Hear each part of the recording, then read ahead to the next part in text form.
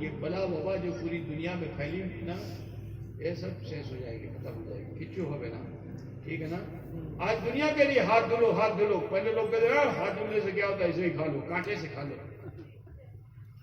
ہے نا, چھری کانٹے سے کھا لو, ایسے ہی کر لو. ہاتھ ہی نہیں دھلتے, ٹیشو پیپر بہت ہے لگایا ایسے سے کر دیا, ہو گیا.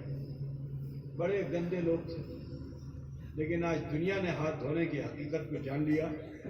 آج دنیا یہ کہہ رہی ہے کہ نہیں بار بار ہاتھ دھلو, بار بار ہاتھ دھلو, خالی ہاتھ ہی مت دھلو, صابن سے بھی دھلو, اور کیا بولتے ہیں اس کو, سینیٹائزر کو بھی لگائیے, بار بار دھلیے. اہمیت کو سمجھ گئے کہ جراثیم کے مرنے کا ذریعہ کیا ہے, ہاتھ کا دھلنا. ذرا سوچو کہ اگر تم نیت کر کے ہاتھ دھلو تو ڈبل لابھ ملے گا کہ نہیں ملے گا. مولانا صاحب بیٹھے ہوئے ہیں, ایک تو ہاتھ کا دھلنا, ہاتھ کے دھلنے سے جراثیم جھڑا, لیکن نیت کر لو کہ مجھے وضو کرنا ہے. تو جب وضو کرنے کی نیت سے آپ ہاتھ کو دھلو گے تو دو چیز جھڑے گی, آپ کے جراثیم بھی جھڑ جائیں گے اور ساتھ ہی ساتھ آپ کے گناہ بھی جھڑ جائیں گے. تو عزیزو, نماز کے عادی بنو, جب نماز پڑھو گے تو وضو ضرور کرو گے. اور اللہ کیسا رحیم ہے کہ تم ایک وقت کی نماز کے لیے تیاری کرتے ہو نا, اللہ تعالیٰ وضو کے ذریعے تمہارے بہت سے گناہوں کو جھاڑ دیتا ہے. سبحان اللہ. اگر پنجگانہ نماز پڑھتے رہو گے تو کتنے گناہ اللہ ہمارے تمہارے معاف کر دے گا. تو لہذا اس پورا شوق ماحول میں ضرورت ہے کہ نماز کی طرف ہم آمادہ. ابھی مولانا شاہجہاں نے بتایا کہ ہم نماز کی طرف دھیان نہیں دیتے ہیں. جو عالم ہے اسی نے کچھ نہ کچھ نماز کے تعلق سے بتایا. عزیزو, اس کی اہمیت کو سمجھیے. قیامت بہت قریب ہے, کبھی بھی کچھ ہو سکتا ہے. ابھی میں نے دیکھا اس میں موبائل کے اندر کہ سعودی عرب میں دجال کے لیے مکان بن رہا ہے. ہاں, ایک ایسا شہر بسا رہے ہیں کہ دنیا میں ویسا کہیں شہر نہیں ہے. وہاں پہ ٹیکسی ہوا میں چلے گی, یہ سب بنا رہے ہیں. ٹھیک ہے, دجال کے رہنے کی جگہ پوری تیاری کر رہے ہیں وہاں. بات سمجھے نا.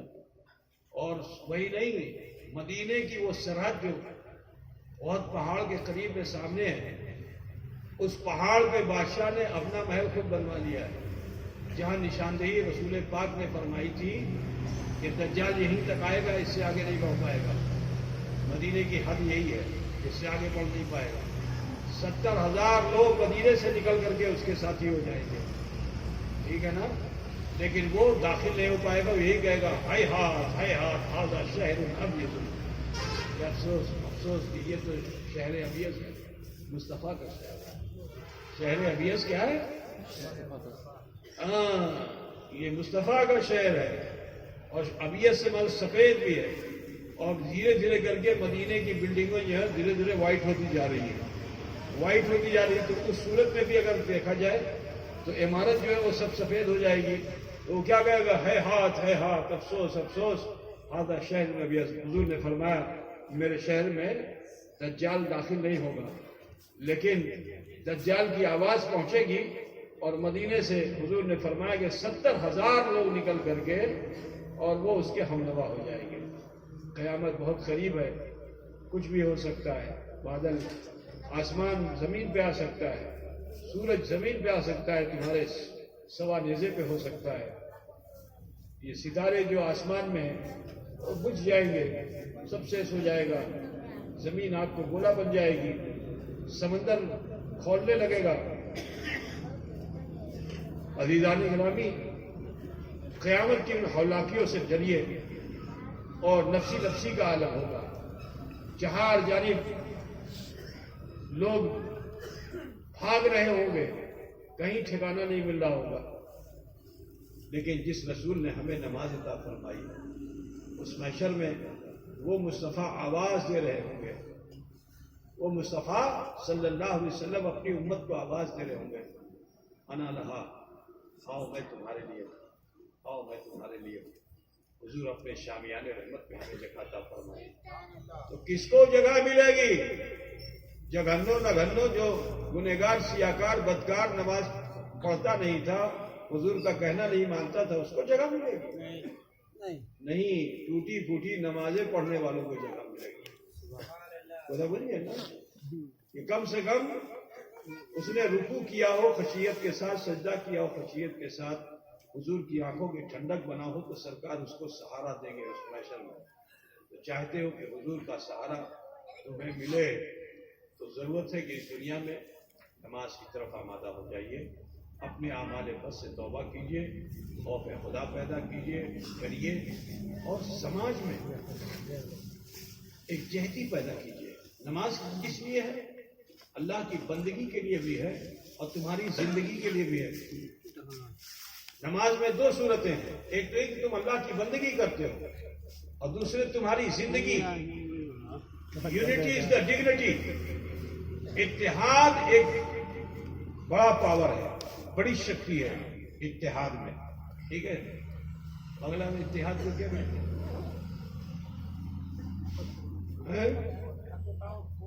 کیا ایکتا. ایکتا تو ہندی میں بولتے بہت عام ہے. ایک ہوتا، اب وہ بنگلہ میں اس کو تھوڑا گول کر دیا تو ہے نا. ایک ہوتا بن گیا نا.